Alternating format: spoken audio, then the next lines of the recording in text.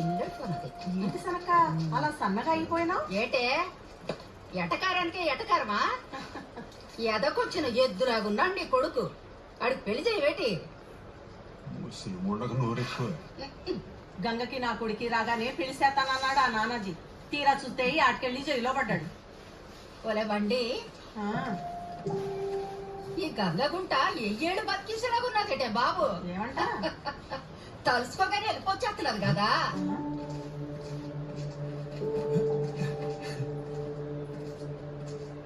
మూలమో నువ్వు వచ్చేస్తుంటే ఆ మాలతిపై పాలు వచ్చేస్తున్నట్టుగా ఉంది.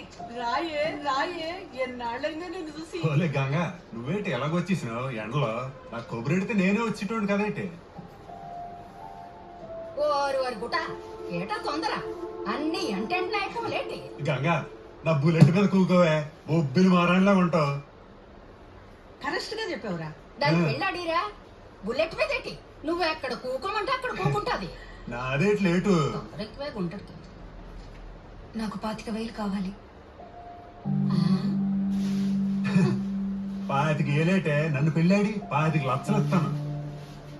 నీకు తెలుసు కదా నా మనసు బద్రీ మీద ఉందని. ఇస్తావా ఇవ్వవా? కనిపించిన మనసు ఎవరితో ఉంటే ఏటే, నువ్వేడితో ఉంటే చాలు. నువ్వు మూసుకోవే. నానేటన్నాను.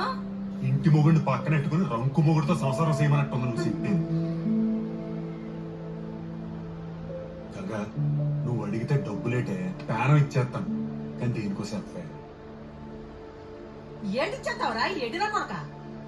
అది భద్రతో రాసుకుంటానంటుంటే నువ్వు దాంతో పూసుకుంటావేట్రా? నాకు అర్జెంటుగా డబ్బులు కావాలి. ఆడి కోసం తిరగడానికే కదా.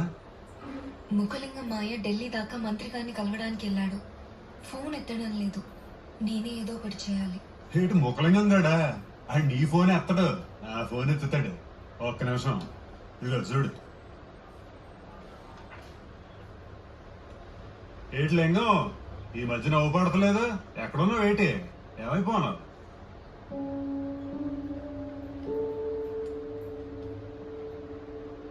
ఢిల్లీలో ఉన్నానని చెప్పినాడా? పద చూపెడతా.